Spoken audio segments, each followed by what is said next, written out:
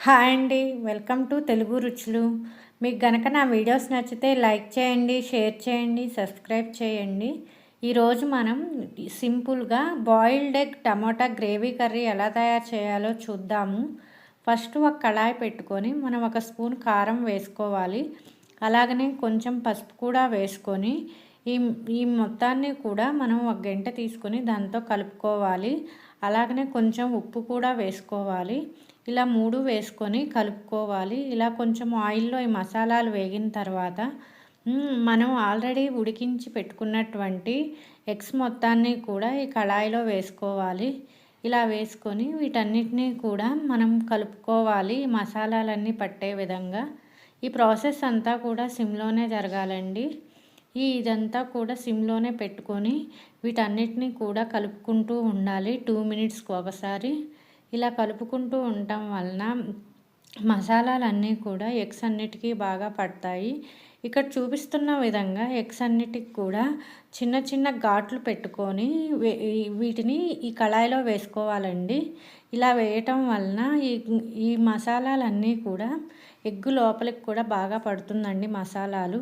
అలాగనే ఆనియన్స్ని ఒక 5 తీసుకొని కట్ చేసి ఒక ప్లేట్లో పక్కన పెట్టుకోవాలి. ఒక కళాయి పెట్టుకొని డీప్ ఫ్రైకి సరిపడా ఆయిల్ని వేసుకోవాలి. 2 or 3 స్పూన్స్ ఆయిల్ వేసుకోవాలి. అలాగనే ఒక స్పూన్ జీలకర్ర కూడా వేసుకోవాలి. వీటన్నిటిని కూడా దోరగా వేయించుకొని తర్వాత మనం కట్ చేసుకున్నటువంటి ఆనియన్స్ మొత్తాన్ని కూడా ఈ కళాయిలో వేసుకోవాలి. వీటన్నిటిని కూడా కలుపుకోవాలి ఒక గంట తీసుకొని. ఈ ప్రాసెస్ అంతా కూడా సిమ్లోనే జరగాలండి. ఈ హై ఫ్లేమ్ పెట్టుకుంటే ఆనియన్స్ ఏగవండి, అందుకని సిమ్లోనే పెట్టుకొని వేయించుకోవాలి. ఆనియన్స్ వేగటం కోసం మనం ఒక స్పూన్ ఉప్పు వేసుకుంటే బాగా తొందరగా వేగుతుంది. అందుకని ఒక స్పూన్ ఉప్పు వేసుకొని కలుపుకోవాలి. అలాగనే కొంచెం పసుపు కూడా వేసుకొని కలుపుకోవాలి. ఇదంతా కూడా మిక్స్ అయ్యే విధంగా బాగా 2 మినిట్స్కి ఒకసారి కలుపుకుంటూ ఉండాలి. ఈ తర్వాత మనం కట్ చేసుకున్నటువంటి ఈ పచ్చిమిర్చిని కూడా చీలికల్ని ఒక 2 or 3 పచ్చిమిర్చిని కూడా వేసుకొని బాగా కలుపుకోవాలి. ఇదంతా కూడా సిమ్లోనే జరగాలండి ప్రాసెస్. తర్వాత మనం కొంచెం అల్లం వెల్లుల్లి పేస్ట్ కూడా వేసుకుందాము. ఒక స్పూన్ అల్లం వెల్లుల్లి పేస్ట్ కూడా వేసుకొని పచ్చివాసన పోయే వరకు ఆనియన్స్లో వేయించుకోవాలి. ఇదంతా కూడా మసాలాలన్నీ కూడా బాగా పట్టే విధంగా కలుపుకుంటూ ఉండాలండి 2 మినిట్స్కి ఒకసారి. ఇలా ఆనియన్స్ అన్నీ మగ్గిన తర్వాత ఒక 2 టమాటాలని మిక్సీ జార్లో వేసుకొని ఇక్కడ చూపిస్తున్న విధంగా మిక్సీ పట్టుకోవాలి. తర్వాత ఈ ఆనియన్లోకి మనం మిక్సీ వేసుకున్నటువంటి టమాటా ప్యూరీ మొత్తాన్ని కూడా వేసుకొని కలుపుకోవాలి మొత్తం కలిసే విధంగా.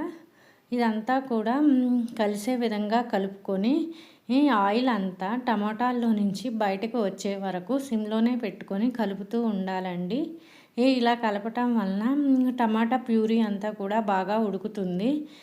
ఇదంతా బాగా ఉడికి ఆయిల్ బయటికి వచ్చే వరకు మనం కలుపుతూ ఉండాలండి సిమ్లోనే ఉంచుకొని. ఇలా ఆయిల్ అంతా బయటకు వచ్చిన తర్వాత మనం దీంట్లోకి కొంచెం కారం వేసుకోవాలి. మీ రుచికి తగ్గట్టు కారం వేసుకోండి. అలాగనే కొంచెం ధనియాల పొడి కూడా వేసుకోవాలి. ఒక స్పూన్ ధనియాల పొడి వేసుకొని బాగా కలుపుకోవాలి. ఇలా కలపటం వలన ఈ మసాలాలన్నీ కూడా ఈ టమాటా ప్యూరీ ఆనియన్స్ గ్రేవీ మొత్తానికి కూడా పడుతుంది. ఇలా అంతా కలిపిన తర్వాత మనం దీన్ని కాసేపు సిమ్లో ఉంచుకొని ఉడికించుకోవాలి. ఇలా ఉడికించుకున్నటువంటి టమాటాల్లోకి ఒక గ్లాసు వాటర్ పోసుకోవాలి. ఇలా వాటర్ పోసుకొని ఈ గ్రేవీ మొత్తాన్ని కూడా బాగా కలిసే విధంగా కలుపుకోవాలి. ఈ గ్రేవీ మొత్తం కూడా బాగా ఉడకాలండి. దీనికోసంగా ఇది సిమ్లోనే ఉంచుకొని ఈ విధంగా ఆయిల్ సపరేట్ అయ్యే వరకు మనం ఈ గ్రేవీని ఉడికించుకోవాలి. ఇలా ఉడికిన తర్వాత మనం ఆల్రెడీ ఈ వేయించి పెట్టుకున్నటువంటి బాయిల్డ్ ఎగ్స్ మొత్తాన్ని కూడా ఈ కర్రీలోకి వేసుకోవాలి. ఇలా వేసుకొని వీటన్నిటినీ కూడా బాగా కలుపుకోవాలి. మిక్స్ అయ్యే విధంగా బాగా కలుపుకొని వీటన్నిటినీ కూడా సిమ్లోనే ఉంచుకొని కలుపుతూ ఉండాలి. ఇలా కలిపిన తర్వాత ఈ మసాలాలన్నీ కూడా ఎగ్గుకు పట్టడం కోసం మనం వీటిని మూత పెట్టేసి ఒక 5 మినిట్స్ ఆర్ 10 మినిట్స్ ఉడకనివ్వాలండి.